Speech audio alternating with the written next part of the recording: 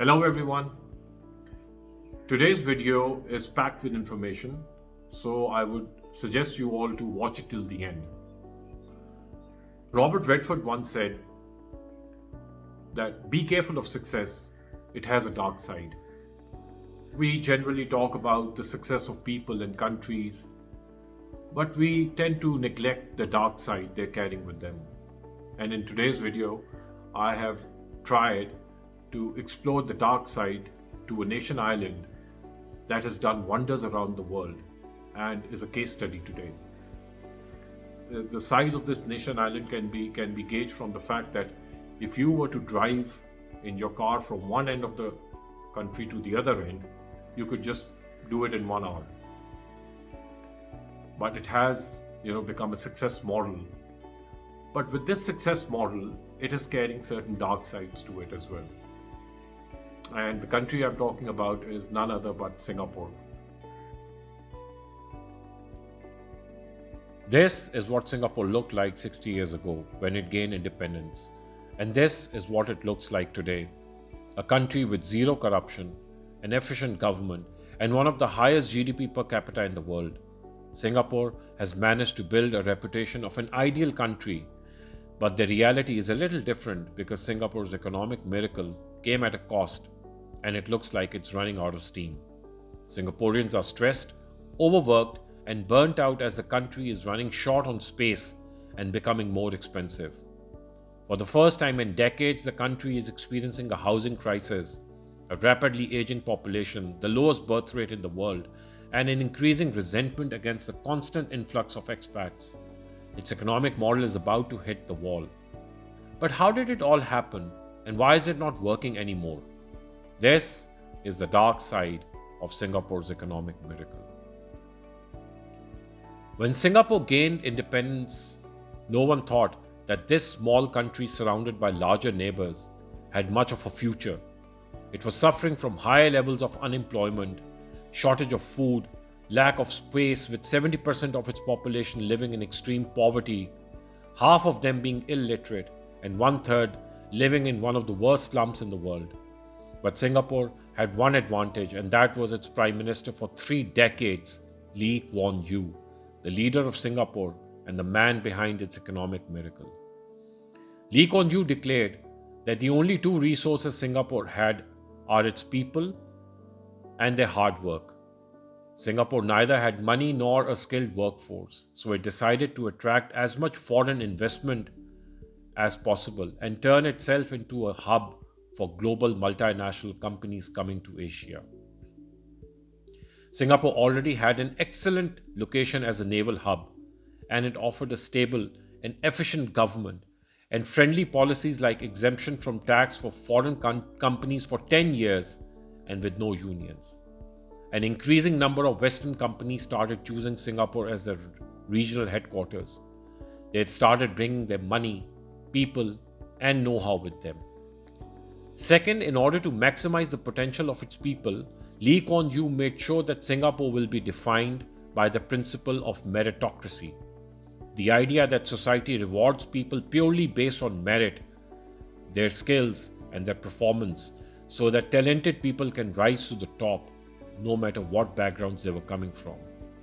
This has defined the Singaporean education system and its practice of streaming, since the youngest age kids in schools are constantly put through standardized tests and then sorted out based on their results. And those with good results move up and are given access to better schools and better educational programs. This has helped the most capable students achieve their maximum potential, and this repeats throughout their educational journey. Lee Kuan Yew made sure that another founding principle of the country and their defining trait will be constant hard work. Not only was he known for his personal work ethics, but he emphasized the nation to work harder, reminding them that it's the only thing that can get this small country ahead.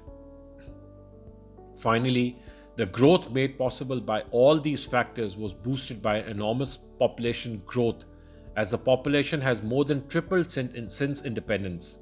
In the 1980s, the government introduced very open immigration policies. that attracted tens and thousands of people every year to come and live and work in Singapore.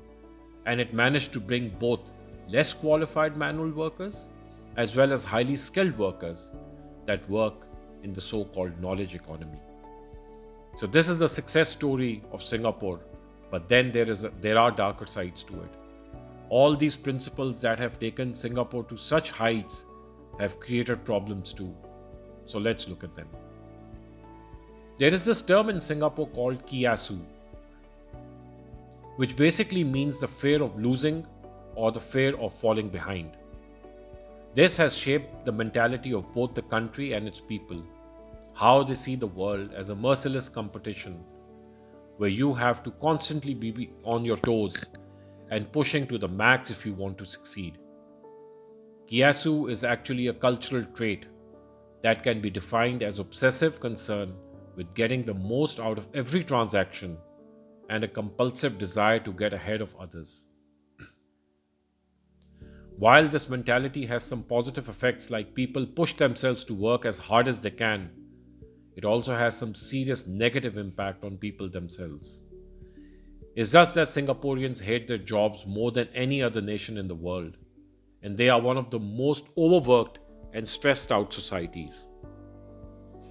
Singapore is highly developed, with a great quality of life and one of the highest GDP per capita in the world.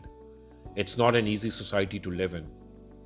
From the time you're a student, you are exposed to stress, which continues with you even after you enter the job market. Despite the effort of the government, the country does have limited resources, and even though Singapore has high salaries, this does make certain things comparatively more expensive than elsewhere. A good example of that is the housing, because space is of limited size. With an ever-growing population, one of the scarcest resources in Singapore is its housing problem, which it seemed to have resolved in the past 2 decades. Private housing is extremely expensive and unaffordable for most people. Hence, the government has been building public housing and selling apartments or renting them for 99 years at a relatively cheap price. And Singapore now is experiencing a housing bubble, which has become a concern for a huge number of people. Because of this competition and life being so expensive, Singapore has the lowest fertility rate in the world, even lower than Japan. In surveys, people cite financial reasons as to why they don't want to have kids. But due to expats working in Singapore, the population didn't go down that much. But their local population is a bit of a concern for their government. With this high expat entering the market, there is a growing resentment against such people. So Singapore government is seriously looking at coming up with different strategies to increase the local population, as otherwise it will turn into a nation of senior citizens, and this they cannot afford happening. So with its life being so competitive as it is, and so the success and the future of Singapore is more uncertain than it seems.